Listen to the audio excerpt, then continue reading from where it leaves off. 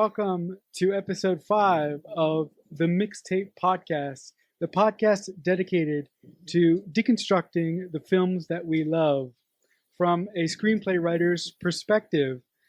On tonight's show, we'll be discussing the 2008 film Twilight, directed by Christine Hardwick and written by Michelle Rosenbaum. I'm your host, as usual. My name is Marcelo Inestroza, joined by my own personal spider monkey, also my own personal Buddha as far as it comes to screenplay writing, Dean Stark. And as we do every week, Dean is going to take us through the film, sort of scene by scene, and sort of just walk us through it. So with all that out of the way, Dean, you want to start us down the path of this amazing movie? You know how much I like correcting you, and I'm going to do it again. So this movie is directed by Catherine Hardwick. You were close. You did say Christine, you were close, but it is directed by Catherine Hardwick, based on the novel Twilight by Stephanie Meyer. I want to preface this by saying I am a horror writer. I love horror. I'm very morbid in some ways, and in other ways I'm not. I fucking love the Twilight movies. I may be obsessed with the Twilight movies. I have read all the books. I own all the movies. I don't know what it is. I just love it. And people find that very weird. They're like, but you're a horror person. Ah, yes, but I'm also a Twilight person as well. So with that being said, let's get into it. So this is the story of Twilight, which was released in 2008 by Summit Entertainment. When Bella Swan moves to a small town in the Pacific Northwest, she falls in love with Edward Cullen, a mysterious classmate who reveals himself to be a 108-year-old vampire. So I want to start with the opening scene. Since I first saw this in the cinema, I always had an issue with the opening scene because I didn't get it. I think they were trying to be artsy. So for people that don't remember, the opening scene is basically Bella talking about death and dying in the place of someone that she loves and saying that that's probably the best way to go, which, you know, she's not wrong, but it starts out a bit like, oh, that's deep. Like, that's a bit like, oh, that's a lot for an opening sentence. And the whole scene is a deer running in the woods, and it's running away from something, and then right at the end you see someone jump out and kind of grab the deer, and then it goes into more voiceover by Bella, and she's in Phoenix, and she's moving from Phoenix to Washington, to Forks, Washington, you know, with her dad, blah, blah, blah. But the opening scene with the deer, I don't know, it didn't work for me. It didn't show anything. If that wasn't in it, I don't know. For me, it didn't put anything into the story. What about you? I thought the opening scene and the last scene were nice bookends to the film. I really identified with this movie when it first came out because I'm not the biggest vampire person on this podcast right now. And for some reason, like you, this movie just hit me in a particular way. And when I watched it again for this podcast, I remembered why. And I just want to point something out here. It's really nice to watch a film with cohesive storytelling, considering what we went through last week. So I found the voiceover from Bella really, really useful and unique throughout the course of the film. And for me, that's saying a lot because, you know, I hate voiceover. That's so interesting because, yeah, I'm an advocate for voiceover and he is not. So it's funny how the tables have turned because I didn't like it. Look, it was exposition that we needed because the book is like way more detailed, but we kind of needed to get into the movie because the movie is 2 hours. Like, I get it. I just thought it was a bit dark and dreary for an opening scene, and I never liked it. The scene that I do like is the next scene with Bella and Charlie in the car. So this movie is great at showing, not telling. So she's in the car with Charlie. He's in his uniform. He's in his car. So you know, okay, he's a police officer. He's a police chief. You know that straight away. Nobody has to say anything. And it's a really awkward scene, supposed to be, between them. So okay, they don't spend a lot of time together. They're not close, but they used to, but they're still kind of father and daughter. But, it's just brought up by the way he goes, oh, you cut your hair. Like, they just don't know what to say to each other. And it's a really, really awesome dynamic that by the end of the film, it does get better. And on the subsequent films, it's really, really good. But the scene between them in the car is awesome because it just shows, okay, they're awkward. She can't really talk to him about anything. He's a police, so he's going to look at things from a very police officer's state of mind with all the stuff that she goes through. So I really, really like the dynamic that it showed. And it also showed the town of Forks. So it showed it's dreary, it's rainy, it's cloudy, it's dark, it's not a fun place. There are no beaches, and there's nobody having fun. Everybody's kind of in winter coats. And so you're like, it sets up the entire tone of the film to me. Did you kind of catch that? Yeah, I did. I thought that from a very, very early outset, the director did a great job, as you said, show, don't tell. And I particularly like that scene that you just mentioned with Bella and Charlie in the car. There is loads of history in just that one scene. And you could tell that Bella is possibly annoyed or possibly looking for a way to connect with her father, but because of their past history and what they've gone through, she's unable to do that. And with me, dealt with that in my own life with certain family members. So I identify with Bella's reactions in that moment and her subsequent interactions with her father throughout the course of the film, because that to me just brought me back to when I was a teenager, trying to connect with certain people in my family, but not being able to for reasons, just let's say. Yeah, it's a really great scene for people to connect with the whole family dynamic. So after they're in the car, they enter Bella's house, and I never noticed how bitchy this line of dialogue is, but it's so bitchy. So they enter the house, they go upstairs, and Charlie says, "I've cleared some shelves in the bathroom." And then Bella goes, "Oh, right, one bathroom." And I'm like, what, seriously? What do you mean? Oh, I've only ever had one bathroom. Like, it's a luxury to have more than two bathrooms. And I'm like, I don't know. I felt like that line came off bitchy. I don't know. You probably didn't think so, but I thought it was bitchy. Like, oh, right, one bathroom. It's like, listen, you're lucky to have a bathroom. No, as a person who has been living in the same place for almost 15 years, I have one bathroom. So I know what that's like to deal with that. So like you, I found that to be quite bitchy and quite abrasive and quick. But again, Bella's being, she's being thrust into a new situation. She's very, very, she's very, very monotone and very, very one note. But I love the way that Kristen Stewart plays it, because a lot of people, I'm just going to go off just for a second. A lot of people complained about how Kristen Stewart and Robert Pattinson played these roles, but I love the way that Kristen Stewart is just sort of like monotone throughout the course of the film. She seems almost like disinterested, but the minute that Edward comes into the picture, a part of her just wakes up, which we're going to get to, I'm sure. But I really like her performance throughout the course of the film. Yeah, I do too. I know a lot of people shit on her, but I think it was good. It was perfect. Look, as someone who's read the books, it is true to form. That is who Bella is. Yeah. This might surprise you. I've read the books too. Have you? Oh, yeah, wow. I read yes. the books too. Yeah, so you know it's the same. It's the same fucking character. So she's playing it how it's actually supposed to be played. Yeah. So the next scene is we meet Jacob in a really bad wig. But don't worry, folks, in the next film, the wig comes off. But we're not reviewing that film. We're reviewing Twilight. So we meet Jacob, and then the weirdest thing happens, which I never caught before. Charlie bought her like this old-ass truck that looks like it's about like fucking 20 years old. First of all, she's happy. I don't know what 17-year-old would be happy if they got that like truck that looks like it's fucking falling apart. So that's one. I'm like, I don't know. And then she gets into it and Jacob says, you have to double pump the clutch. And I'm like, what? So on top of that, which no 17-year-old would be happy about getting, it's a fucking stick shift.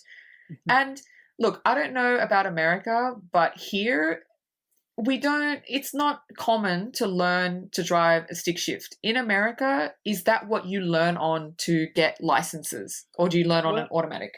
No, well, if you can drive stick, it's it's like an extra tool in your tool belt. If you can drive stick, it's easier for you to drive an automatic. But I can really relate to Bella's reaction. Sure, it kind of didn't make sense that Charlie would do that. Based on how their relationship is at the start of the film. But I think that Charlie was just trying to give something to his daughter as an olive branch. And as a screenplay writer, I'm willing to let that one go and just sort of headcanon it in my own head that Bella knows how to drive stick, or I would have had Jacob teach her how to drive stick throughout the course of the film. I think Jacob as a character in this movie is vastly underused. But with that being said, that's not my biggest problem. But the long and the short of it is, if you can drive stick, it's easier to drive automatic, if that makes any sense.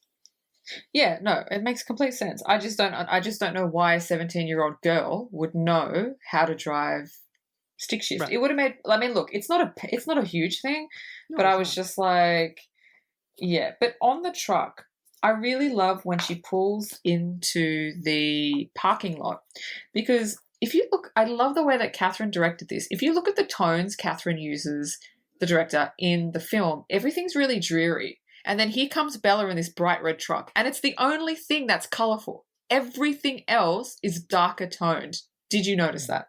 Yes, color tones. Yep, absolutely. Yeah, and it was just it was a brilliant what's the word? It was a brilliant touch that contrast, she did. Right? Contrast. Yeah, contrast. That's the word.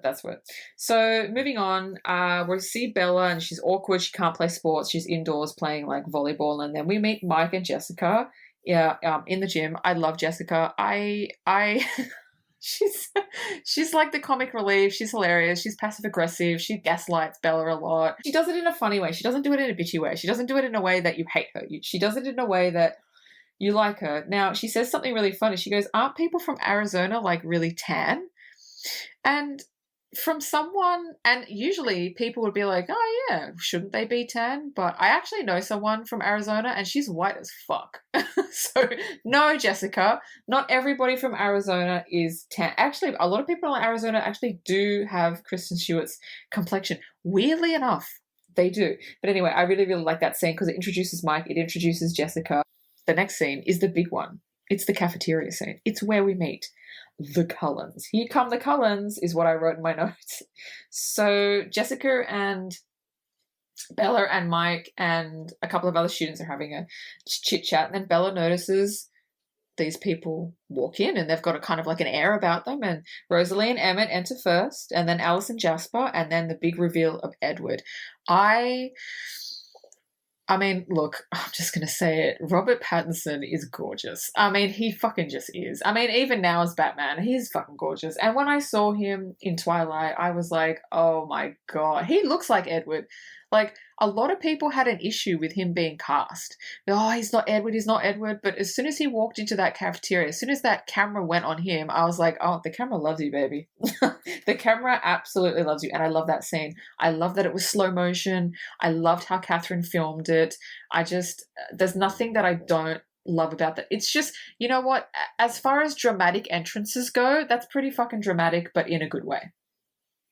Yeah, the only thing that I could hear in my head when Robert Pattinson entered the cafeteria, I guess this is my fault because I'm in the film nerdosphere. When Robert Pattinson was announced as Batman and these fucking morons didn't know what a fantastic actor he is, all they would say is, Twilight boy, Twilight boy. And I'm like, you idiots. Robert Pattinson is a fantastic actor, and once the movie comes out, you guys will be throwing shit at his feet to play Batman forever. But that's neither here nor there. I love how the scene is directed because um, Edward is the last one to come in, and as he comes in, Kristen Stewart as Bella sort of just turns her head slightly and just stares at him, and I'm like, you want to eat him, don't you? I'm like, oh yeah. I want to eat him. Yeah, We all want to eat him. So I love the way that scene is directed, but I mean, one of my favorite scenes in the film is when Bella first goes into science class, and she steps in front of a fan. The fan, yeah. And the fan blows her scent all the way to Edward, and I love the way that Robert Pattinson plays the disgust look, and I'm like, motherfucker, you just got your first hit of heroin, didn't you?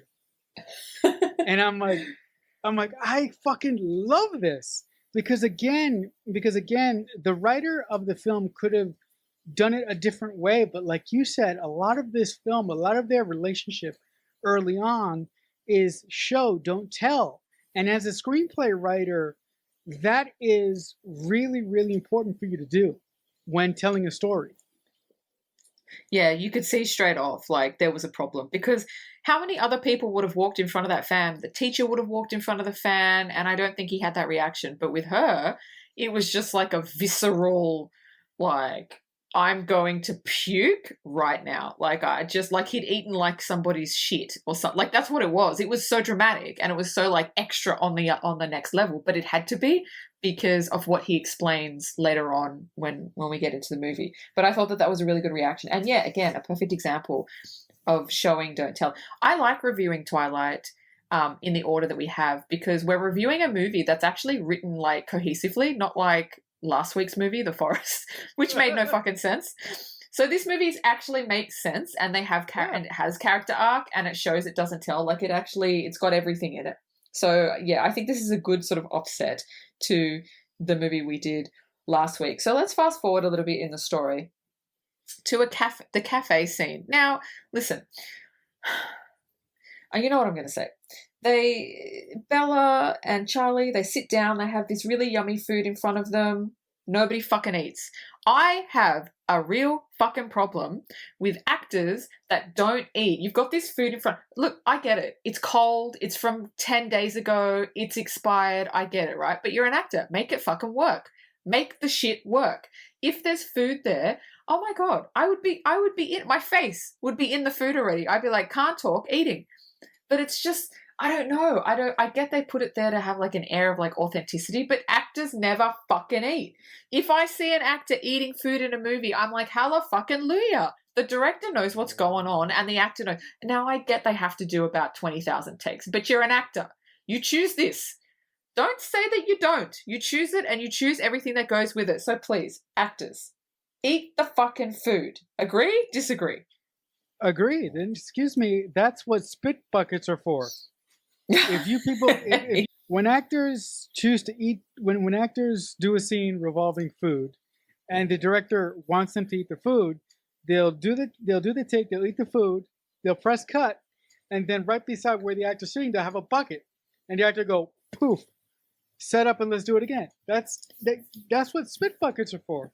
But when I saw that scene, I was like, oh, I knew that. I was like, this is gonna piss her the fuck off. Yeah, I didn't know about the spit buckets, but to be honest, that would make me puke. Like if I was chewing on food and they were like cut and I spit it out, I would puke. I would have to just eat the food. I couldn't. I mean, even listening to you talk about it, like I want to fucking dry heave. Like just thinking about people spitting out half-chewed food, it makes me sick to my stomach. But yeah, that's pretty gross. But again, you're an actor. You gotta fucking do it. So anyway, after that scene, Bella's in her room talking on her phone to her mum. Her phone is fucking weird, and the way she's holding it is fucking weird. And she never hangs up the phone. It's a nitpick. But every time I watch this movie, it looks like she's holding like a deck of cards, or not a deck of cards, but it looks like the way she's holding her phone, and it doesn't look like a phone. It looks like something that should look like a phone, but it's not. look, did you notice that, or is that just me? No, I did notice that, and the best I could surmise is that she had the phone on speaker. Phones aren't phones weren't like phones aren't as good as they are now. So, and the phone that I think she was using was like a Razor Nokia or something like that. And Oh, I'm like, are you like, do you really want to hold the phone that way? Like, it was kind of funny because she had her hand sort of twisted, and the speaker is towards the butt of the phone in yeah, modern phones. So I'm like, yeah, what are you doing? yeah. I Like, didn't get it. that's neither here nor there. But I also love the way that Kristen Stewart played the scene, because when they first start talking, Kristen Stewart as Bella is willing to tell her mom about her day, but the minute that it gets to something that Bella considers too much, she just turns off. And the way that she sort of disregards her mother when she turns off, it's something very, very similar to what I would do when I was younger and I was presented with a situation by someone where I just didn't want to deal. So again, that scene brought back memories. Just that one little moment of her going, "Okay, mom, I can't deal with this. I gotta go." Which is not even teenagers. Like, everybody does that. If they don't want to deal with something, they're just like, I don't want to talk about this anymore. So yeah, that scene is really, really quite relatable.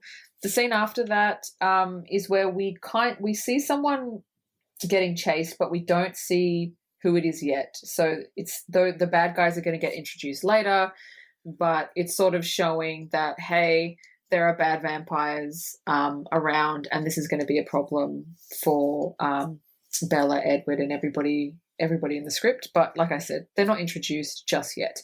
So we go back to school, and Edward's in class, and Bella sits next to her, and then he starts asking her like all these questions. And usually I would sit there and be like, that's exposition. But the reason it wasn't exposition is because later on we find out he reads minds, and hers is the only mind he can't read. And so he's asking, it's a really great way to get a lot of information out really quickly to the audience without going, oh, this is exposition, why are you telling us, not showing us? In this instance, it's okay to tell us and not show us, because it integrates into the plot, not like last week's movie. Mhm. Yeah, the screenplay writer of this film really ran into a gold mine when it was put in the book that Edward can't hear Bella's thoughts, because that is like a free path to use exposition and have it explained in the context of the script. So that was really wonderful, but that's not my favorite use of exposition. My favorite use of exposition is coming up shortly, and I'm sure we're going to get to it. Okay. The other thing I really like about that scene in the class and when he's asking her questions is the looks they give each other. Now, Catherine has filmed it very obviously. So it's like you can't miss it. She doesn't want you to miss the looks they're giving each other. So she does extreme close-ups of Kristen and Robert. They And want to screw. well, it's I'm sorry. I did not get that. It wasn't that. It was like, I'm madly attracted to you, but I don't know why. Like, it was confusion as well. It was like, you're really hot. I like you. I don't know. It was a mix of attraction / confusion, and like they don't know where to go or how to handle it or how to move forward, which is very, very teenage angsty. I mean, even when you're an adult, you don't know how to do it. Yeah. But yeah, I didn't get that, but I got the attraction / sort of confusion thing. But look, on a side note, if I was a 108-year-old vampire, the fucking last thing I would do is enroll at high school. I would rather eat fucking glass. To defend the Cullens' choice to, go to Forks and enroll in high school, Edward, when he got turned by Carlisle, was 17 years old. So he is permanently stuck at that age. So with that in mind, I could see how he could want to eat glass. But again, there there has to be a point where he goes fuck it, I don't want to do this anymore. All I want to do is, for lack of a better word, kill a bunch of people, have sex, and just do that for eternity, because I cannot deal with this high school bullshit anymore. So I kind of agree with you on that, but I kind of see it the other way around. Yeah, but he's done high school. When they go back to his house later on, they've got the hats.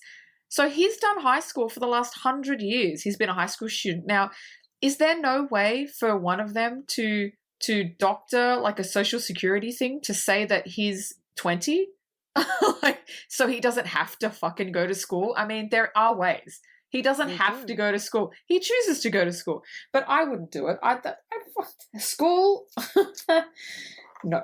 I would, again, rather eat glass than go back to school. So, anyway, moving along in the story, we're at the parking lot. Bella is not paying attention. Bella is listening to her thing, listening to her earpods, earphones, reading a book, and Edward is staring at her like a fucking psychopath. It's Psycho. He's just standing there staring at her. Listen, if you haven't learnt subtlety in 108 years, you need to just step into the fucking sun, okay? Because, like, oh my God, it's just so annoying. Like, seriously, be subtle. If you're going to... Listen, to the men out there, maybe it's to the men out there, when you stare at a chick, and I see you fucking staring, not at me, but I see you staring, right? All the time. And I'm like, either you don't know how to be subtle or you just don't care. So there's a way to be subtle and there's a way to be obvious. But I just think it's a guy thing. You just don't care. You'll look. You're like, I'm going to look at this chick's boobs and I don't care if she sees. Honestly, it's a guy thing. Is it or is it not a guy thing? Do you just not like being subtle or you just don't care? Well, it depends. If you really like the girl, it's very hard for you to think of anything else. So when I was young and I liked the girl, what I would do is I would look past them, right? I would look at them, but I would look past them. I wouldn't look directly at them. And I would just feel this sense of excitement. I would just feel this sense of excitement just by knowing that I was sort of looking at them, but not. But I cannot defend Edward's creepy, Dahmer kind of thing. Like you don't stare. And the other thing that really pisses me off, and this is a part that I wanted to get to, I don't like the way that Bella's sort of friends are characterized in the script. They are there, but they're not there. So I'm like, if you're not gonna use these characters effectively, like okay, if you wanna use them, choose 3 of them, have them be an integral part of the plot, and have them be involved with the shit that is going to happen eventually. But throughout the Twilight films, to me, they're just there to be there. They don't have much to do, which is disappointing to me because I do like some of them. I love Anna Kendrick in a very early role, especially. I think we passed it already, but the part where they're all sitting in the cafeteria and they're thinking of things to write essays about or something, and Bella goes, "Oh, you should talk about eating disorders," and the camera pans over to Anna Kendrick, and she just has this look on her face. Yeah. And I'm like, yeah. So I really didn't like the way that the screenplay writer handled that aspect of the film, and that's why I find her friends to be annoying and unnecessary. Well, I have a different point of view because her friends actually push the plot of the story forward. She meets Eric, and because she met Eric, she sat with them, and because she sat with them, she got background on the Cullens. So her friends actually gave her information that she wouldn't have necessarily had. So they actually pushed the plot forward, and for the audience, gave the audience like what we needed to know.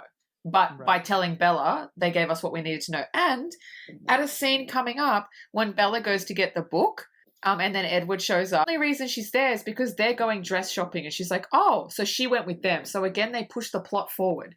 And there are a couple of times where it's like they are necessary to push it forward. Like, for example, there is a scene where Edward doesn't show up to school for a few days because it's sunny. Bella asks Jessica, where are the Cullens? And Jessica says, again, giving us much needed information, they don't come to school when it's sunny. And so it's like, oh, and that also puts it in Bella's head, pushes Bella to realizing that they're actually vampires. So there's a lot of stuff in the script that they say and they do, and especially in the subsequent movies, that actually have a lot of information for us, but also for Bella. Yeah, I think it's that just because they're background characters, really. Like, they're not, it's the stories about Bella and Edward. I mean, that's it. That's not about anybody else. So every other character is kind of spinning in their orbit around them, but it's not about them. Look, I understand what you're saying, and I completely understand where you're coming from, but you know me, when I write scripts, I like to use all my characters very, very effectively. So I don't like putting in characters into scripts, even if I use them to push the story forward here and there, you know? Yeah, no, I know what you're saying. But again, like if it's based on a book and you kind of want to stick to the book, maybe you had to do that, because yeah, they couldn't have had a bigger part, because then the movie would have been like 5 hours long, and Right. you can't take them out of it because they give integral information. So I don't know. For me, I thought that they were in it perfectly, but obviously for you, you didn't. So yeah. Moving along in the story, the car. She's in the parking lot. Edward's staring at her like a psycho, and then a car comes. And look, I paused that and I slow motioned that. The angle and the way that the car comes at her is unnatural. Okay. First of all, they're in a parking lot. Why is he going so fast? That you can't go that fast in a parking lot with kids walking everywhere and there's cars. And second of all, the car is actually coming sideways. Like, I know that it's like slippery and stuff, but I don't even know, like, how would you even do that? I don't know. I understand they did that for a reason, but it's like, I don't want to say aesthetically because that doesn't make sense, but like, it just doesn't make sense. The way that the angle that the car came at Bella, it doesn't make sense. It got clipped. It got clipped by the other car before it started coming towards Bella. Yeah, but it came so fast. Mm-hmm. No, and the other thing, look, and the other thing that's really stupid and doesn't make any sense, right? Mm-hmm. Edward basically has, quick speed, right? Are you telling me that nobody saw him? Yeah. I'm like, what? Like, are all the people in the fucking high school blind? Maybe he's like the Flash, and like he's so quick, nobody saw him. Yeah, that's possible. Because we don't know how quick they are. Right. But I thought it was a good scene, and it was a really good scene to sort of put Bella on Edward's case and to have her continuously ask questions until she figures out what Edward is. And the thing that I love about it is Bella does research. Yeah. And, I have someone in my life who is a psychotic researcher. So when that happened, I just had a smile from ear to ear. I'm like, oh, she's gonna love this. Yeah, and we'll get to the research scene. Listen, when I write movies, my hero always does research. Always. Nobody ever tells my hero anything. My hero figures that shit out, because that's the whole fucking point. Anyway, moving along the story. Next we meet Edward Cullen. The nitpicky thing I have about this scene is when he's shining the light in Bella's eye and he's holding his finger up and he's saying, look, can you look at my finger? And then he does the same with the other finger. Look, I'm not a fucking doctor, okay? But the point of holding the finger up is you're supposed to move it and you're supposed to see if the patient if they can follow the finger, right? But he never moved it, he just held it up. And so I don't know. Has he never been to a doctor? Like, has he never had that done? I have. I think everybody has. But yeah, look, it's a little nitpicky scene, but I thought that it was I was like, move your finger. Just move it. It'll be more realistic if you just move your finger. Yeah, no. I mean, Again, that was just like kind of, I let that one go. But the thing that I hated was the friend that almost hit Bella with the car. I didn't like the way that kid fucking. I'm like, really? Just shut up. You almost hit a girl with a car. Shut up. But he was so apologetic. I felt so Yeah, bad for him. I felt so bad. yeah, yeah. But again, I I would have handled her friends differently, and I think that's what really Mm. bugged the.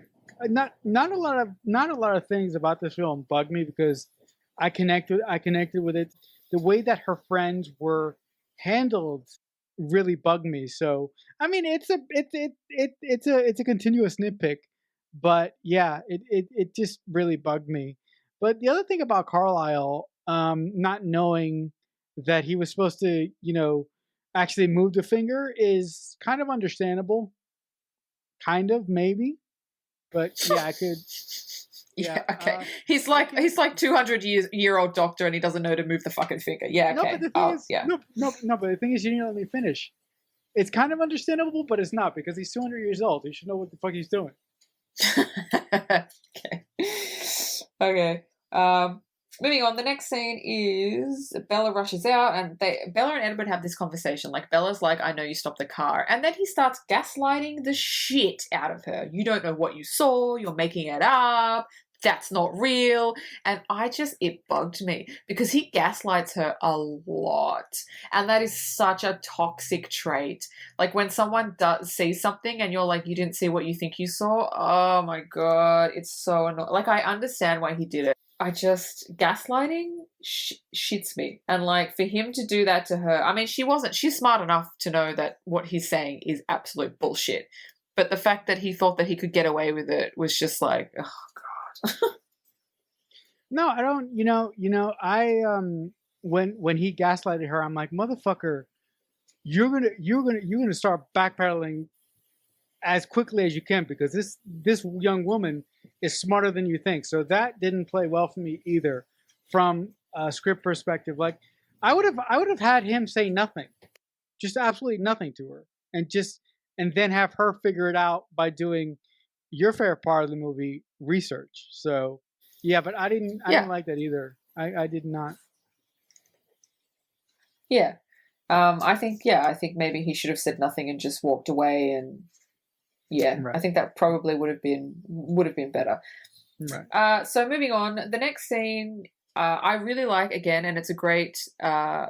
It shows again the screenwriter is not inept and she's not inexperienced. So Mike asks Bella to the dance in the parking lot, and you see in the background behind Mike, Edward is standing a little bit far away, and he's doing that psycho staring thing, and it's you kind of sit there and you're like, what the fuck? Like, why does he keep doing that? That's so. After he gaslighted the shit out of her, now he's fucking staring at her. Like, I don't know. He look in another Hold up. dimension, he could be a serial killer. What? Hold up. Hold up. I just had a thought.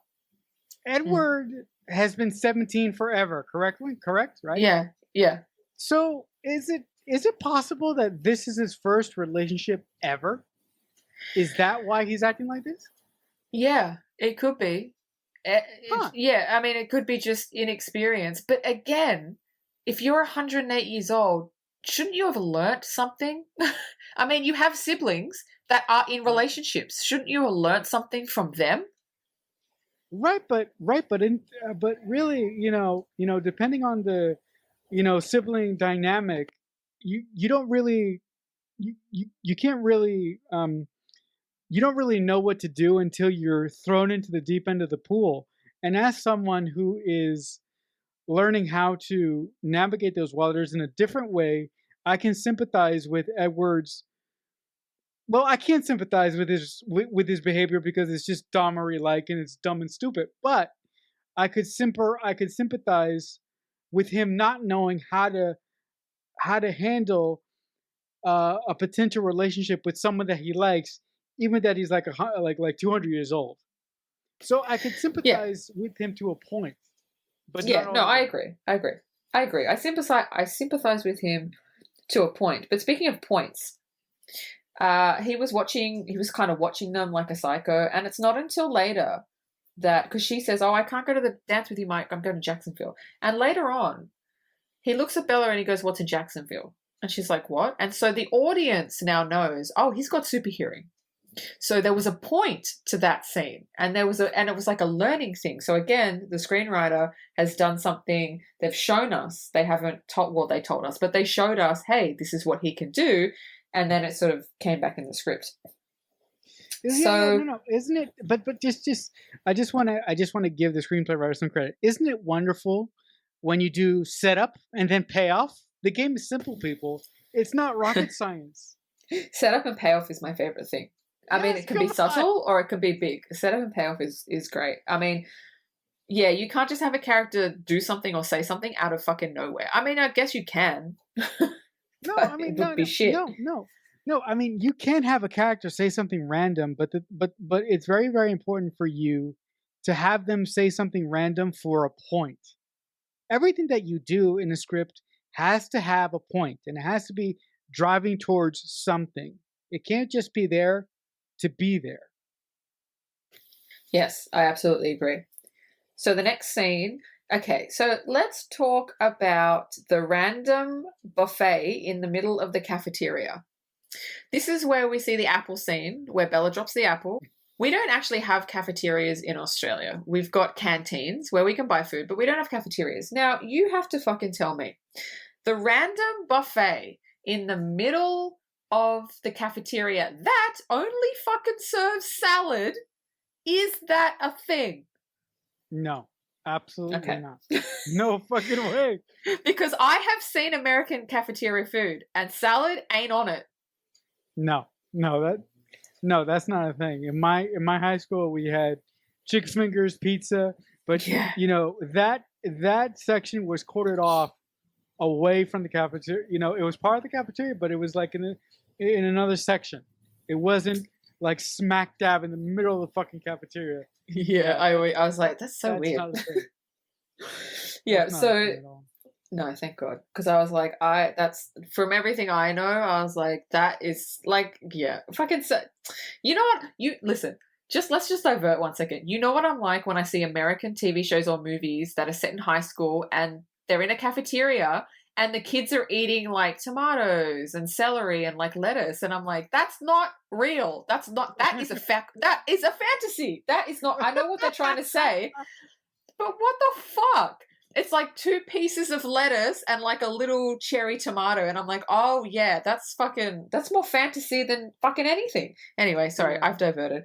Let's get back to the script. So I really like the next scene. It's the beach scene at La Push, and Jacob's there with his friends. And this pushes the story forward. This is when we take a leap in the story, and it pushes everything. So we get information from Jacob, because he's talking about his Native American tribe and he's talking about the Cullens. And we get a little bit of backstory on the dynamic between the Cullens and the Native American tribe. And then Jacob says, well, it's just a story. So he doesn't believe it, but Bella does. Bella's like, oh, with everything she's sort of seen and heard, she's like, that kind of sounds like a thing. And also we get information that the Cullens are not allowed on his tribe's land.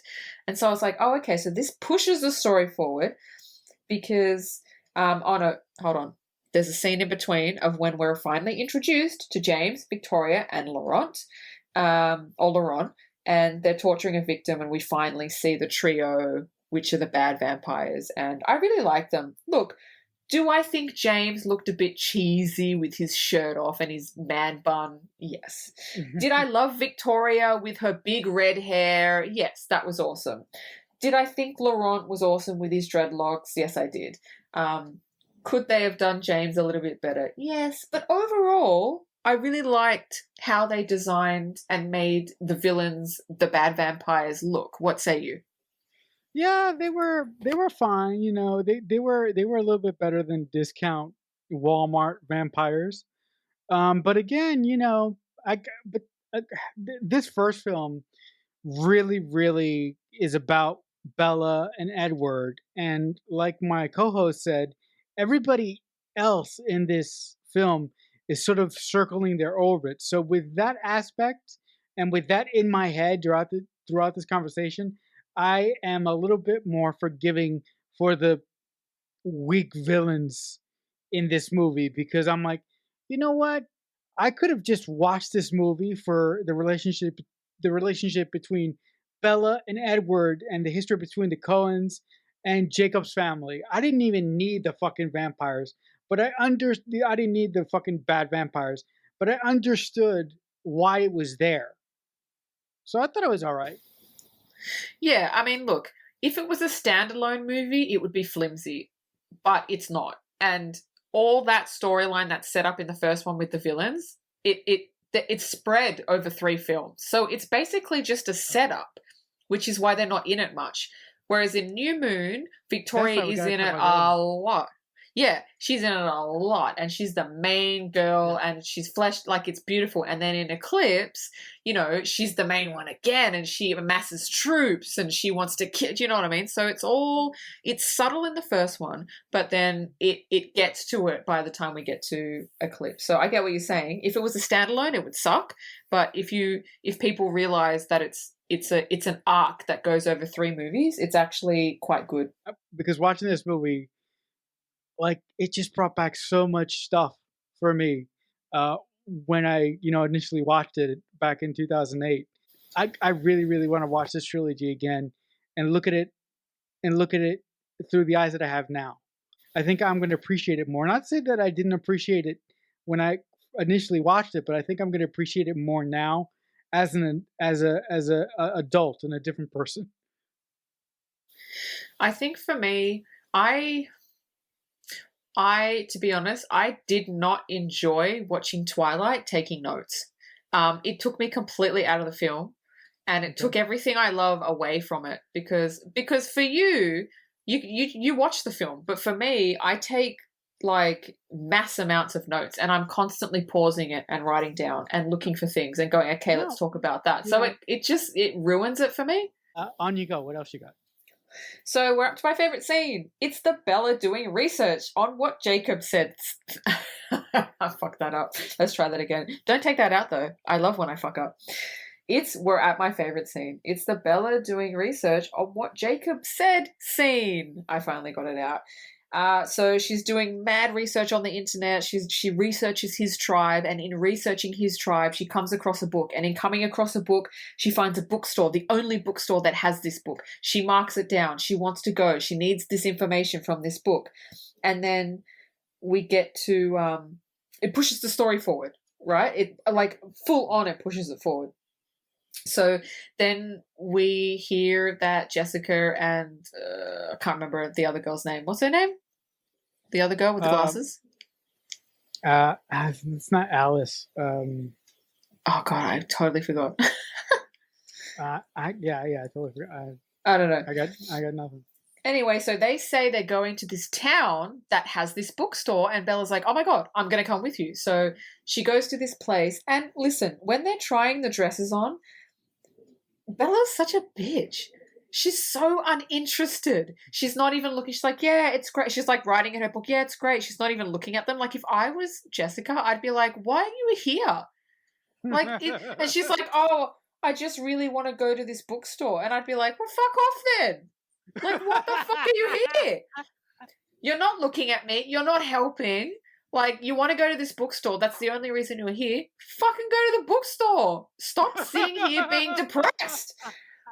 I don't know. It's just fucking... Oh, it was so fucking annoying.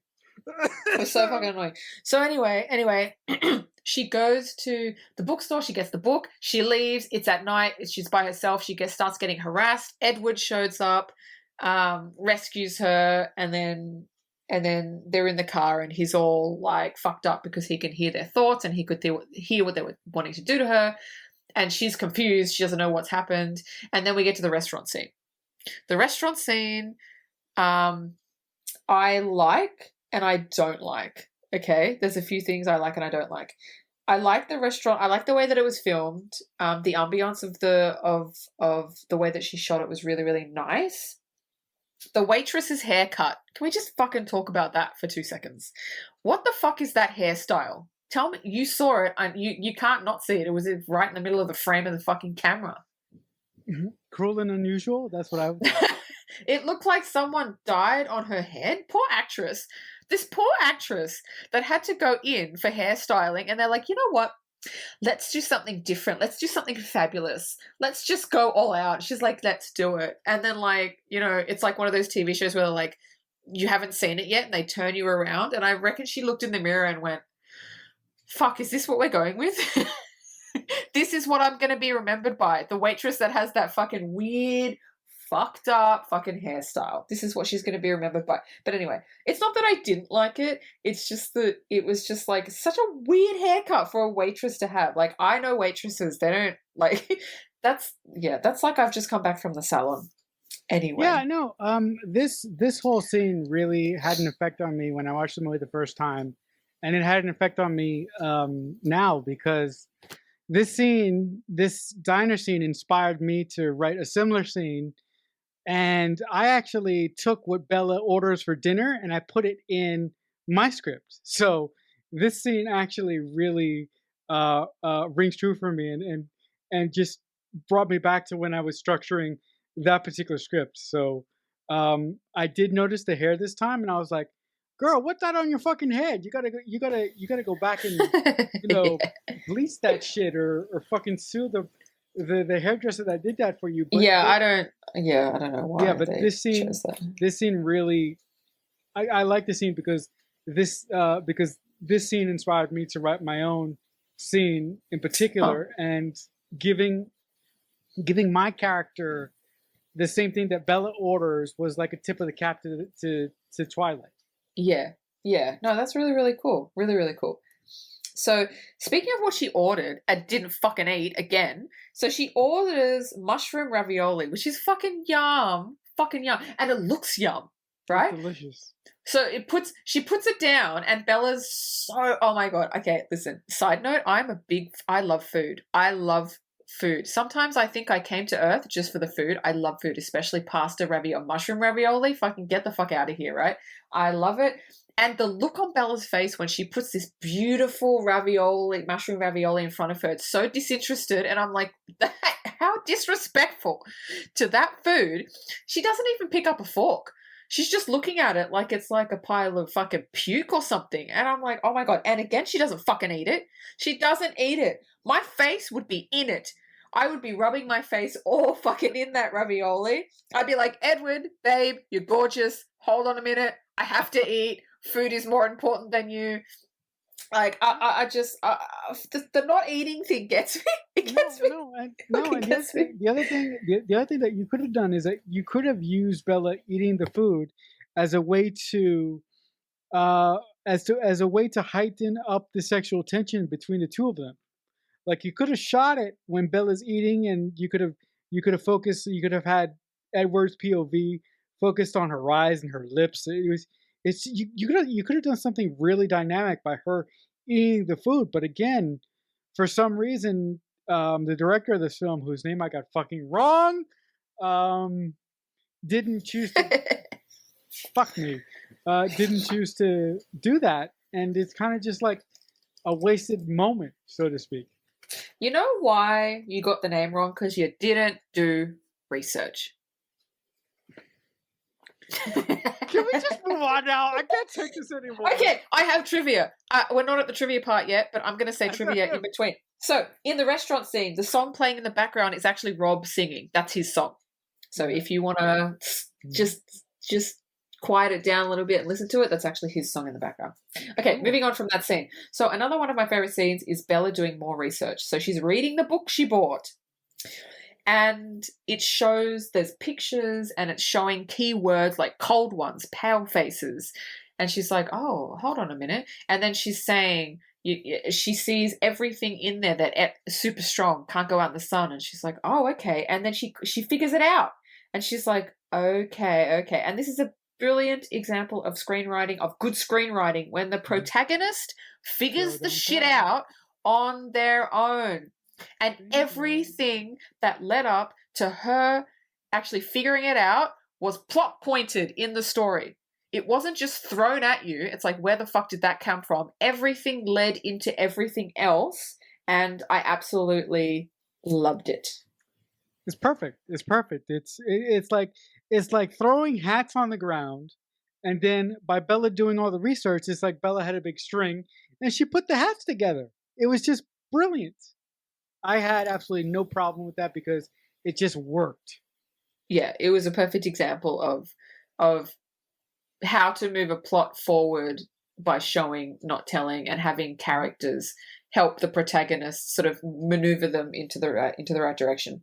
So the next scene is the big scene. It's the big scene of the movie. I know I said the cafeteria was the big scene, but I lied. I'm sorry. The big scene is the confrontation in the forest scene. That is the big scene.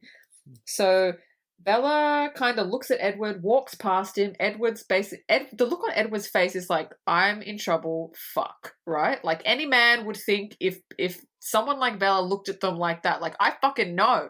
And she walked past him and he's like, fuck, okay, cool. So he follows her into the forest, and then there's that. It's one of my favorite scenes because she's figured it out. She's trying to tell him, and then he's like, say it out loud, and she goes vampire, and then he's like, you know, how old am I? Blah, blah, blah. How old are you? And then he says, 17. How long have you been 17? A while. The dialogue in the whole movie is great, but this dialogue is, I love it. I love everything about that section. Okay, the next section, maybe not, but this section I loved. Now, then he starts acting like a psychopath. He's like, all right, well, I'm a vampire. And then he starts going, I'm strong, I'm a killer, I'm this, I'm that. And I'm like, calm your farm, mate. Calm down. She's just discovered you're a vampire. You don't have to bare your teeth yet. Just ease her the fuck into it. But no, he's like grabbing trees and like throwing them across. And I'm like, chick, relax. You can do it in a nice way. But he's just like full on about it. And then he says, you need to see what I look like in the sunlight. And I'm sitting in the cinema and I'm like, this is going to be amazing. I want to see what he looks like in the sunlight. Oh my God. And then they're like running up the mountain. I'm like, oh my God, what does he look like in the sunlight? Is he going to burst into flames? Like, what is he going to look like? and then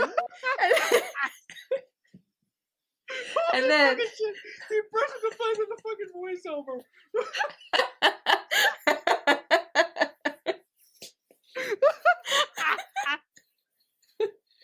I didn't know what was going to happen because he's already showing her all his superpowers. I'm like, well, maybe he's just going to burst into flames in front of her. I don't know. But I was like, this is going to be good. And then he steps into the sun, and what did we get? Glitter Barbie. That's what we fucking got. Fucking glitter Barbie in the sun. And I was like, that's not no, really, step into the sun. What is it? What are you trying to show us? And I'm like, no, the sparkles, no. And then he's got this really serious look on his face. He's like, this is what I am, Bella. And I'm like, you're glitter Barbie. This is what you fucking are. And then he goes, this is the skin of a killer, Bella. And I'm like, what? I'm like, dude, look, I understand because they're porcelain, and so it has that kind of effect. And the effect did look good, but it was so stupid. Like, it was the only thing in the whole movie where I'm like, that's actually dumb. Like, what would be the point of that? Yeah. No, this scene played completely different for me because of personal experiences. And I'm going to try and go through this as quickly as possible. I found Edward's rationale for acting like a psychopath as a way to push Bella away from him, because I can gather all the time that he's been alive, he's never really gotten close to anybody because he's afraid of hurting them, right? And Bella is the first one to accept him and love him for him. And as someone in my life who was looking for that for a large part of my life, and until I got it from someone, and I'm lucky enough to still have that person in my life, that feeling of wanting to repel because you're so scared of opening yourself up to someone, but then to have that someone say, no, I'm not going to run away. I'm going to be with you and I'm going to stay with you because I want to and I'm not afraid of who you really are. So Edward's wackadoodle psycho stuff to you played to me as vulnerability. And that scene almost made me cry because of what I have gone through in my life and the individual that I found who said to me, I love you because of who you are and I'm not going to run away. And you need to understand that. I think also I agree with you 100%. Like I see that. I see, like, on a serious note, I do see that.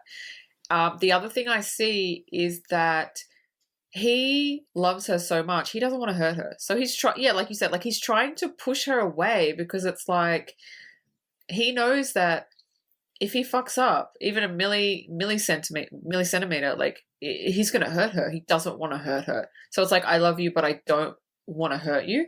And so, yeah, everything you said, I completely agree with. Like he's scared. He's trying to push her away.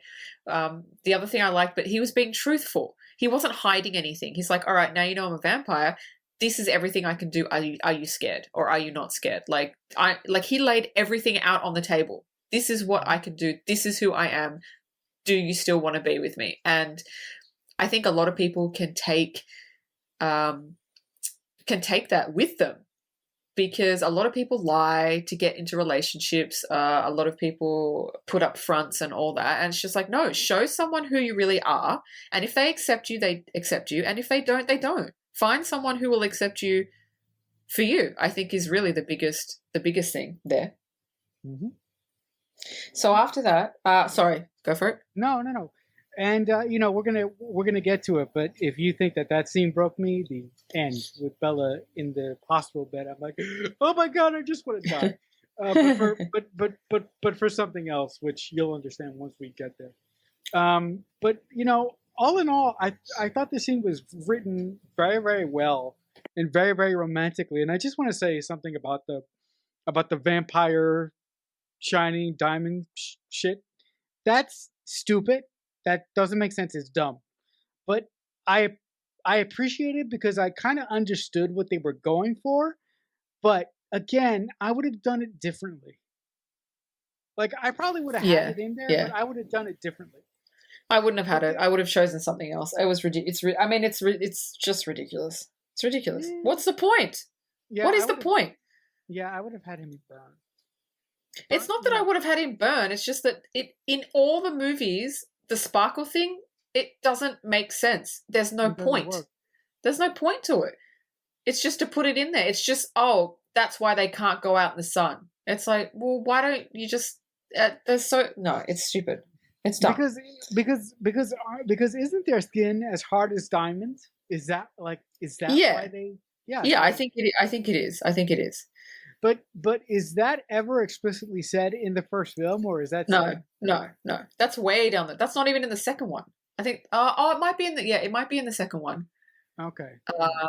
When she goes to the Volturi, but it's not the first one at all. Oh, that's a great scene too. Oh my god. Yeah, it's a good scene. Oh. So anyway, one of my favorite lines in the script, because I'm a romanticist at heart, is when when he's looking at her and he says, "You don't know how long I've been waiting for you," and I was like, "Oh my god!" If anybody said that to me, I would die. I would actually die. No, actually, that was very triggering to me for reasons, which and we'll just leave it there because that really rang to me as me saying to myself my entire life, I need somebody who just gets me for me. And again, I was lucky enough to find somebody who said, I'm here. I'm not going anywhere, and you are beautiful inside and out, and you are special. I mean, listen, guys. I know this is beginning to sound like a afternoon special, but all the things that have happened to me in the last 2 years made this film so much more relevant now than it did when I initially watched it. Yeah, movies tend to do that. They tend to when you watch them once and then you watch them 10 years later, it most of the time it is more relevant now because you have a deeper understanding of yourself and Right. of what the characters are trying to say, and so it kind of triggers you in all different great ways. Yeah, yeah. So, Happy triggers. Happy triggers. happy triggers. The one thing I love about this movie, one of the other things I love, and I have an issue with this in a lot of movies, but not in this one because the screenwriter did a great job in showing intimacy without resorting to sex. Because side note, there are a lot of movies where screenwriters and directors go, how are we going to show these people love each other? Let's just have them having sex. There are so many more different aspects to intimacy than the physical aspect. And it shows it in this movie with the scene in the meadow where they're just staring into each other's eyes. That's major intimacy. That got me more than a sex scene would get me, because you can just, it shows that they don't even need to be touching each other. They're just looking into each other's eyes and you can see how much they love each other. And it was just a beautiful way that hopefully, other movies will take note of showing love. Mm-hmm. No, I mean, you know me, right? If I'm gonna have sex in a scene, it has to be inherent to the story, and it has to make sense from a story aspect. When I write characters, I don't resort to sex. What I do is I have my characters act a certain way around each other, the way that they talk to each other, the way that they touch each other, the way that they handle their relationship. That is where I get my intimacy from. The only time that I put sex in a script is when I absolutely needed to make a point. Other than that, I don't use sex in that fashion when I'm constructing a script. Yeah, if I put it in, which is seldom, if I put it in, I always lead up to it. It's never just like, oh, this person met this person and in 2 scenes later they're having sex. No, there's always a huge lead up of intimacy to get to that stage. But anyway, this movie does a really, really good job. And there's scenes later on which back up what I'm saying. So moving on in the movie, Bella goes to Edward's house and meets the family. And Rosalie basically says her piece. Now, would it surprise you if I said Rosalie is my absolute favorite character in the script because she's the only one that says what everybody's fucking thinking, and everybody looks at her like, oh, don't say that, Rosalie. Oh, no, like she's being bitchy. And I'm like, she's literally saying the truth. She's the only one that's like, you know what? I don't care. I'm going to tell you the truth. And what she says is true. It could out them. Like they just met literally like a week ago, and now he's outed himself. He's outed all them. He wasn't thinking about them. Like I would be pissed off too. But I get the other end where like Carlisle is like, no, he loves her, and Rosalie's like, this is dangerous for us. Does nobody fucking see how dangerous it is? Like I absolutely adore Rosalie. I adore Rosalie until Breaking Dawn Part 2 when she went weird. But everything before that, she's a great character. She's the only one that's kind of against everyone else, but not in a bad way. She says what people are thinking, and I respect that about her character. Initially, when I saw Rosalie react the way that she did, I was like, this woman is queen bitch of the universe. But then all of a sudden I had a voice come into my head and go like, this is that person that I know, and I'm like, oh yeah, this is totally how this person would react. And it totally makes sense how Rosalie reacts because like you said, she's the only one thinking about the larger picture here. Everyone else is thinking about the now, but Rosalie is the one thinking about the future. Yeah, I mean, look, there's a scene at the end where they've got to get Bella out because James is sort of chasing her down, and they want to lead her off the scent, and Carlisle gives Rosalie Bella's jacket and wants her to like rub it on Treat just for the scent thing, just to sort of direct James away from Bella. And Rosalie's like, no, like why should I do this? And like she's right, like this girl has come in, fucked everything up. Now there's vampires hunting her, and now she's got to get involved in something that she doesn't even want to get involved in, and her family's like, no, you have to do it. Like, I totally understand why she's like, this is not my fight. I don't know her. Like, 5 minutes into our family, and you're already causing shit. Yeah, but technically, it wasn't Bella's fault. She didn't know that that fucking pack of vampires was going to show up when they were playing the fucking baseball game. The only reason that they showed up is because when the vampires hit the baseball, it sounds like a fucking nuclear explosion. And that's true. And that's why they have to wait, which I think is also a great thing from a screenplay writing perspective or a book perspective. The only time that the Cullens can play baseball is when it's thundering, because when they hit the ball, it's so loud that if they were to do it without the thunder, it would attract attention. Yeah, I mean, I also find that not kind of scientifically accurate, because if you've got, they were playing with wooden bats. And we're talking about fucking listen, they have wooden baseball bats. If you can hit a ball so hard that it sounds like thunder, wouldn't the baseball bat like crumble? Yeah, but you're gonna say this is bullshit, and maybe I'll use this as a clip. Yeah. This is gonna sound so stupid. Uh-huh. But what if I can't even say it, it's so stupid, but I'll just say it. What if they reinforce the bats? Like, no. Jesus Christ. Okay, maybe. But wouldn't they just use metal bats? Wouldn't that be better? Yeah, you have nothing. You fucking have nothing. I got you have nothing. You got fucking nothing. You can't say nothing. You can't say shit. We're not even up to the baseball scene yet. Jesus Christ. All right, go. Okay, so where are we up to? Okay, so Edward takes Bella up to his room, and she takes a look around, and she says, "What are you playing?" And she presses play, and he says it's Debussy. So Debussy is a classical composer, and look, yeah, he would know that because he's 108 years old. I get it. Like, that's totally plausible. And then she turns around and says, Claire de Lune is great. How the fuck does a 17-year-old know Claire de Lune? Just fucking tell me. Just fucking tell me. Okay. It would have been great. No, but she doesn't know that, but I'm going to fix it. Ready? At the beginning of the film, I would have had Bella get in the car, be playing a CD, and she would be listening to Claire de Lune, right? Oh, that's good. Yeah. So if you did that, if you set that up in the first scene of the movie, and we backtrack to when Bella finally meets the Cullens, she goes upstairs to Edward's room, and they have that exchange.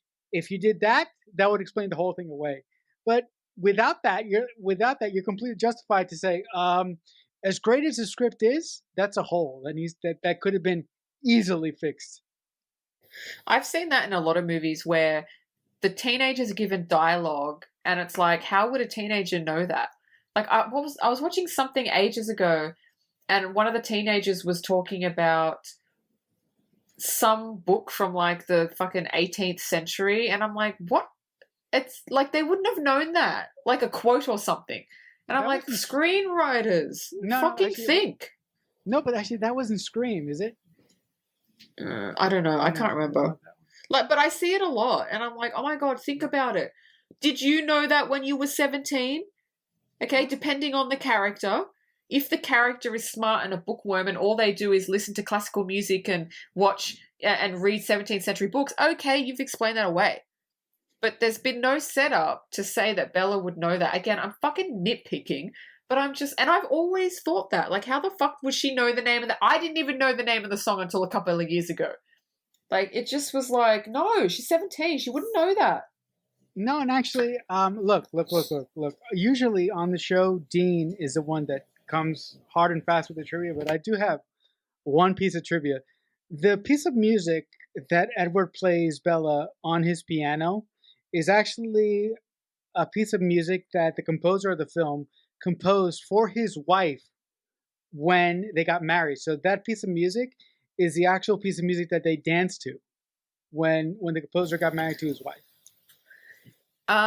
Okay. I actually told you that, but that's actually not how it is. Oh, I told you that. So the All piece right, of music, don't cut that out. It's hilarious. No, of course not. Why Okay. would I do that? So the Bella and Edward theme that Robert Pattinson is really actually playing on the piano because he can play piano. That theme was written by the composer to get his wife back. Him and his wife had a fight, and he'd written that to get her back. Oh yeah. And Catherine was asking him, "Do you have anything as a theme?" And he said, "Well, I have this." And she heard it. She said, "Yes, can I use this?" And he said, "Yes, you can use it." So that's the story. But didn't he ask his wife for permission first? I can't remember. I mean, he probably would have, but I can't remember that part. I'm not sure. Small victories, people. Small. What do you mean small victory? You have no victories. You've there's no victory for you here. Take it, put your head down, and leave. You've had no victory. Oh. I'm sorry. Why do we work together? It's like, I hate you. Why do we work together? Because it's hilarious. So the next scene is the spider monkey scene, and he takes her into the treetops. What is it? Okay. Okay. So this scene to me, before you talk about that, this scene to me is very, very special because I mentioned up top that I can't remember if I mentioned this up top, but the first time I saw this movie, I ripped it off, and I watched it with a cousin of mine. And ever since we saw that scene moons ago, my nickname for this particular cousin is Spider Monkey, and that's the Spider Monkey thing came from this film. Oh, cool! So that's kind of nice. A nice little tidbit. When you watch the movie, it kind of takes you back to that kind of scenario. Yeah. Mm-hmm. Yeah. Very, very cool. So I love it when movies do that. That's very cool. Yep.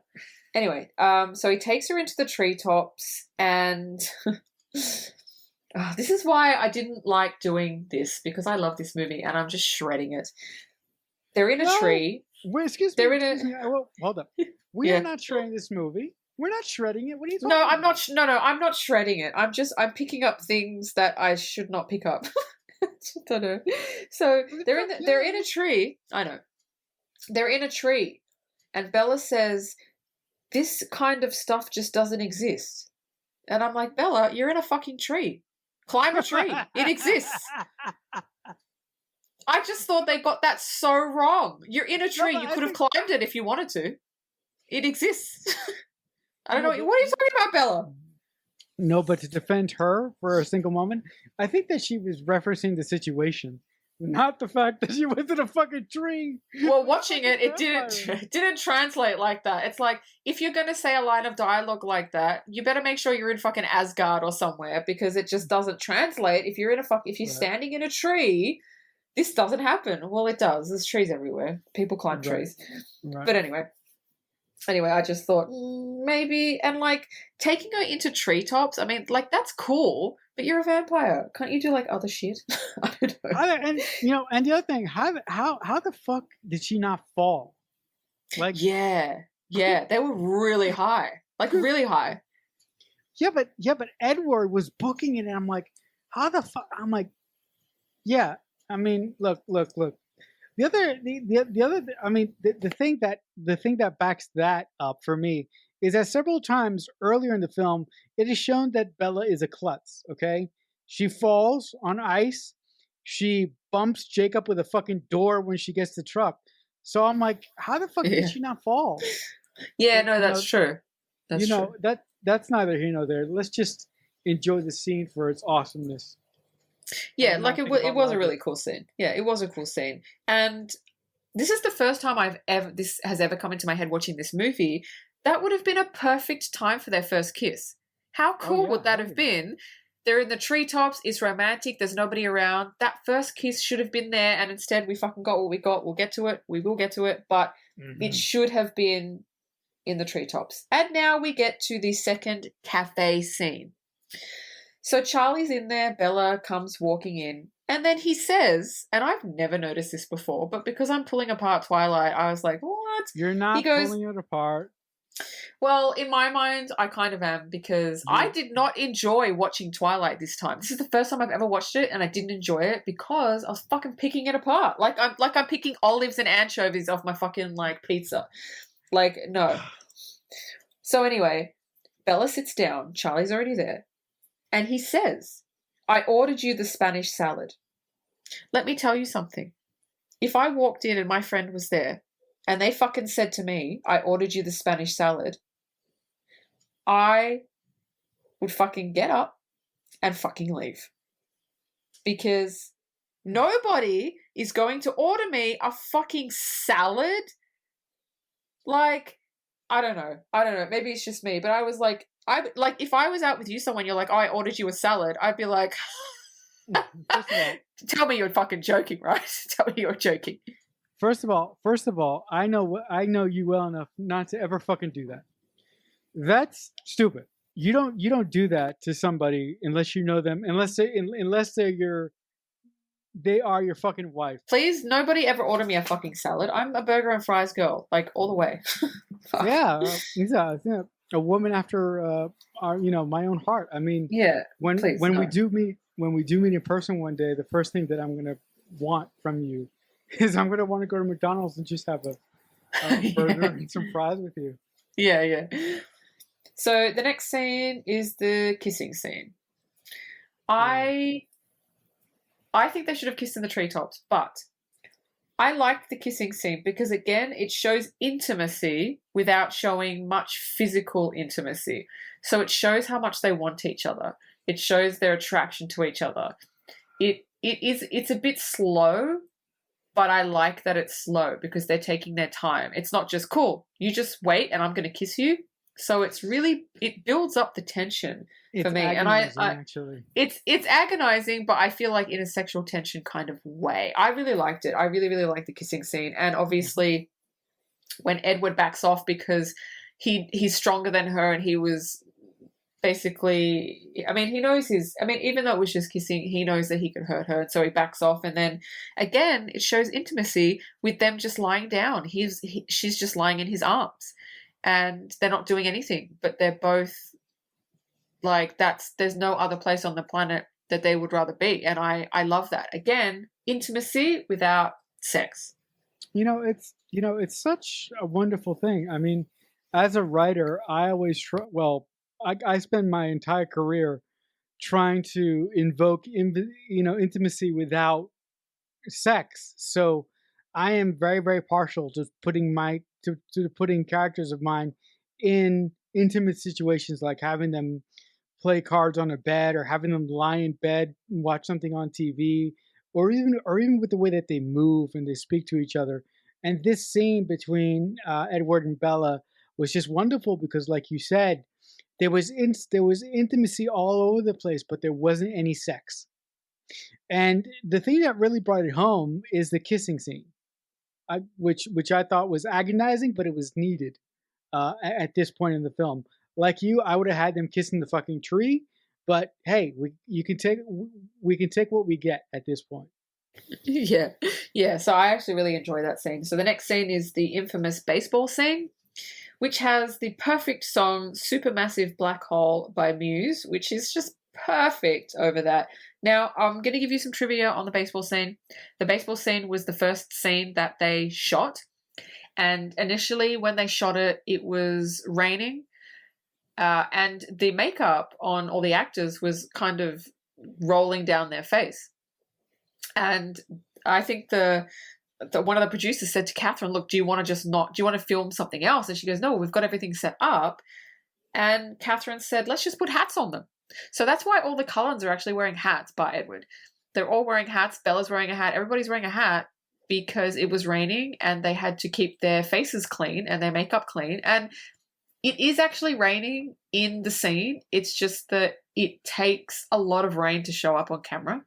So I guess if you squint, you could see the rain, but that's why they're wearing hats. And that was the first scene they shot. I love the baseball scene. I wish it was longer.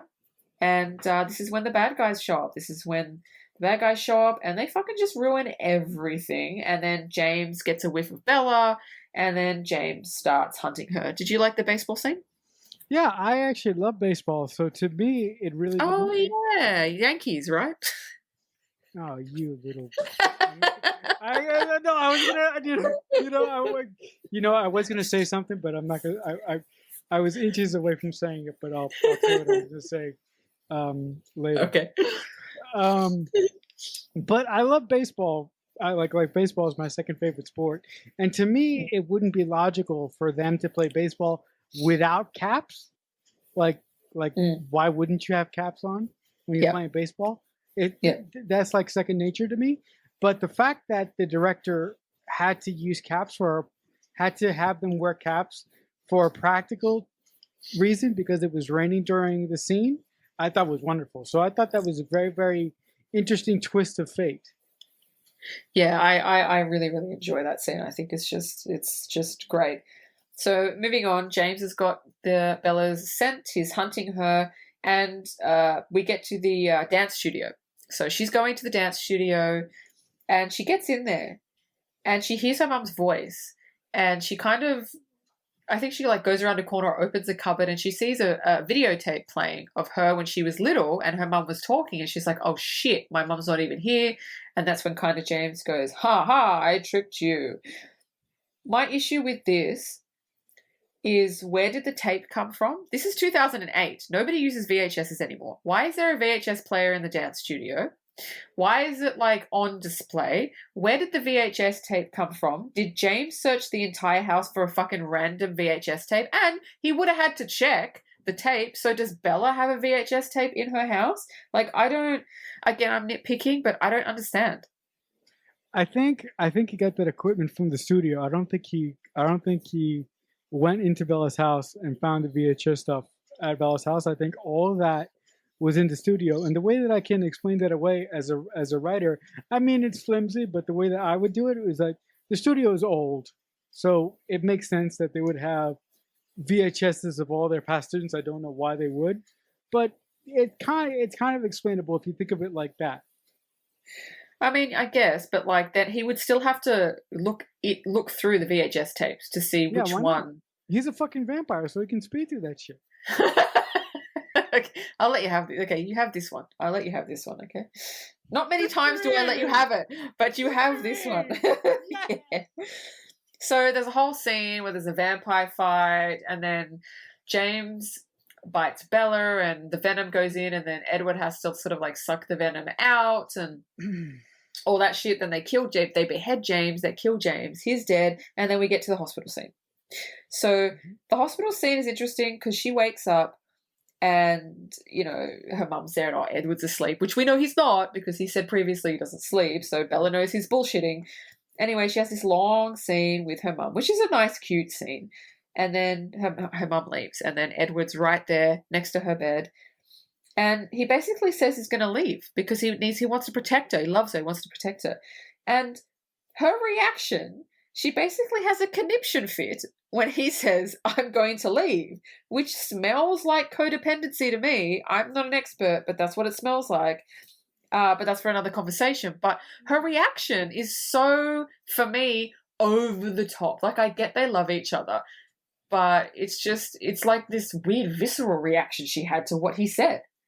Yeah, to me, I mean, look. I mean, most of the triggering stuff for me in this film has been happy for the most part, but this scene really, really pissed me off because I had a conversation with a friend of mine earlier this year, where I mean, and she said something to me that really, really cut deep, and it was that moment where I really understood that I was becoming codependent on this person for my own happiness, and it scared the ever loving shit out of me because I'm like, if this person leaves me, am I going to be able to pull myself back up again? But long story short, I this person is still in my life.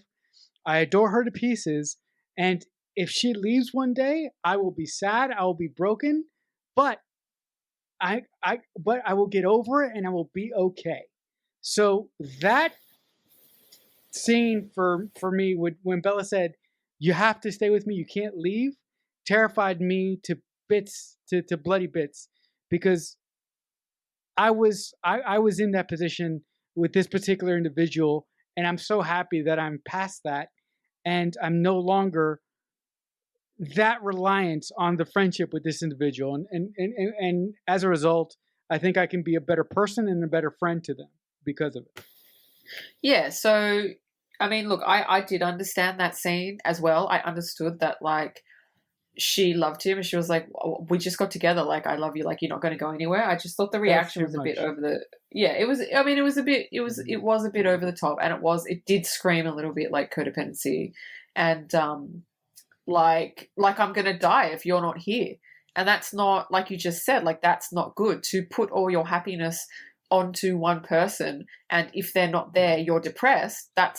That's not good. But that's a conversation. That's another conversation. Yeah, I mean, people come into your life for various reasons.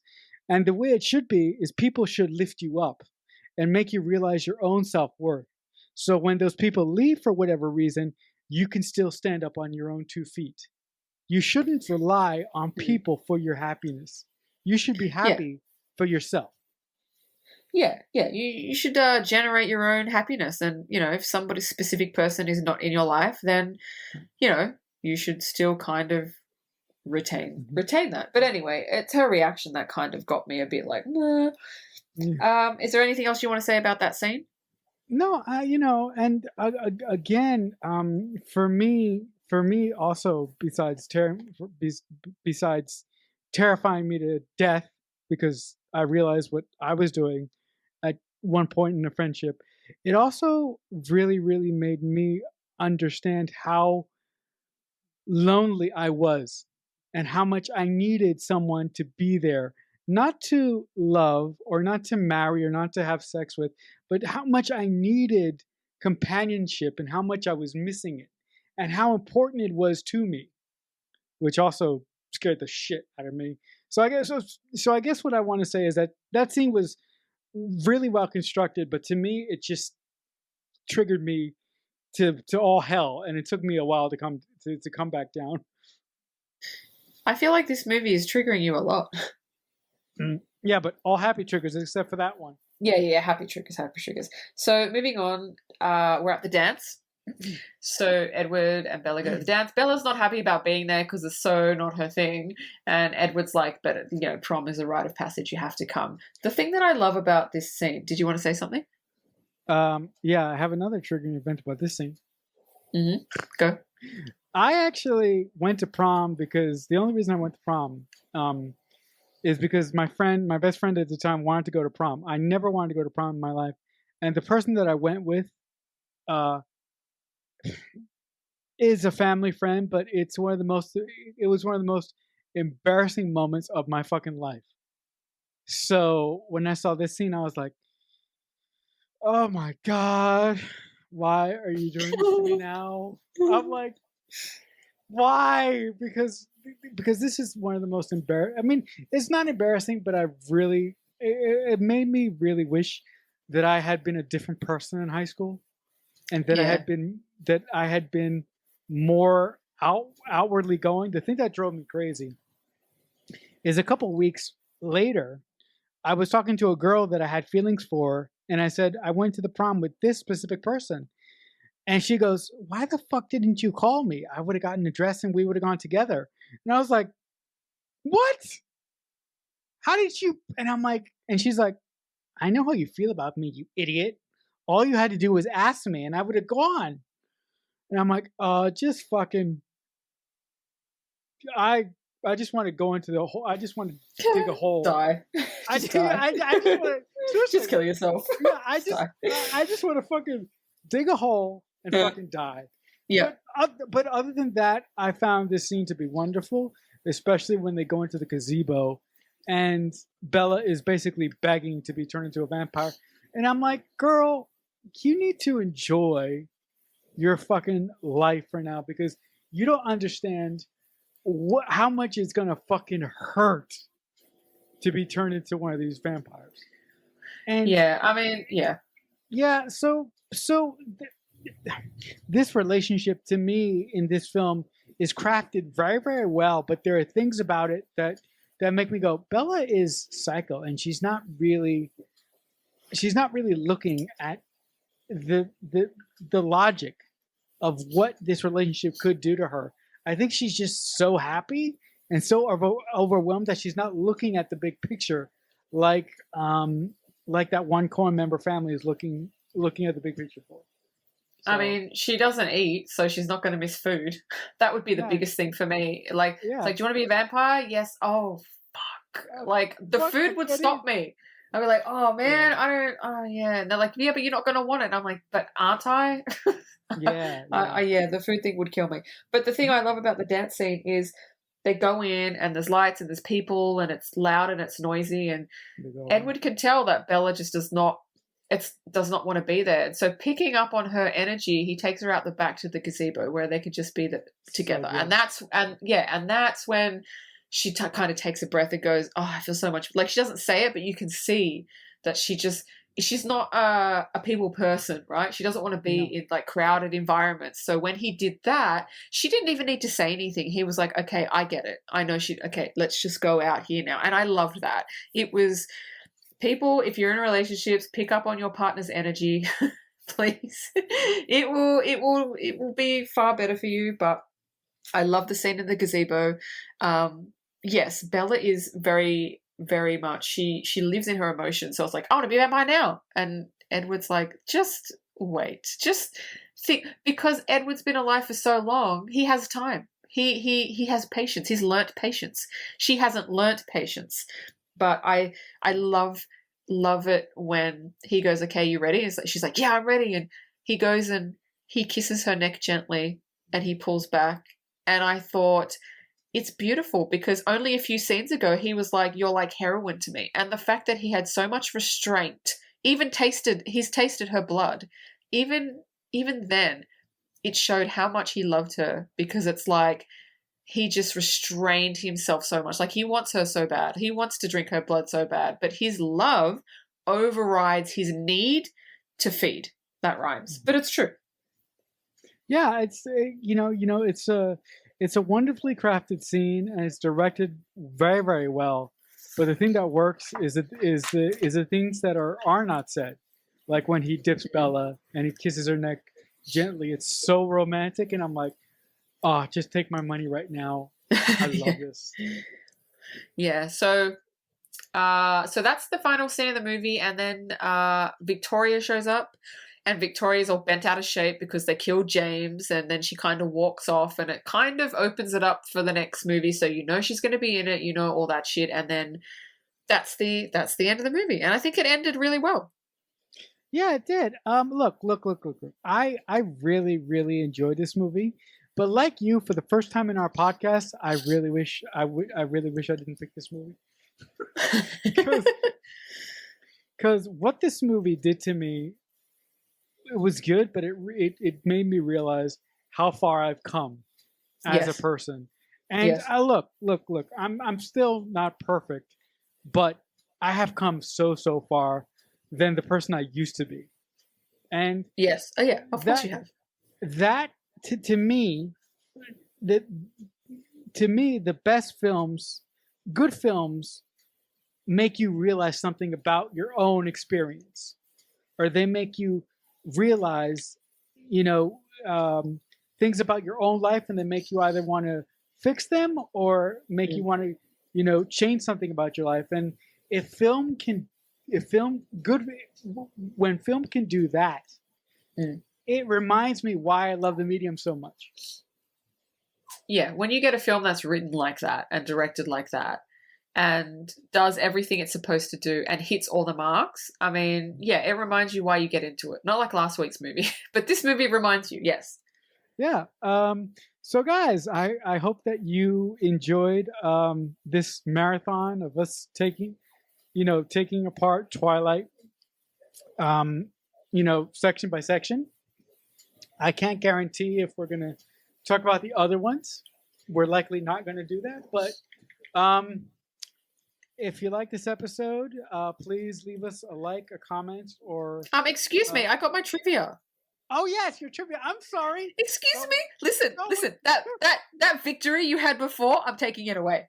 It's gone. I deserve that. Go ahead. I completely forgot that. Excuse me. Hello. I put at least 10 minutes of work into this trivia. Okay. I need to be heard. Okay, take the floor. I'm sorry. I totally forgot. I'm sorry. Are you ready for this trivia? Go. Okay. Number 1. The movie was shot in 48 days. What? Which is not long. It's not long. 48 days. Really? Yeah. That's efficient. That's efficient. Yeah. Everything had to be super quick. So you'll like this.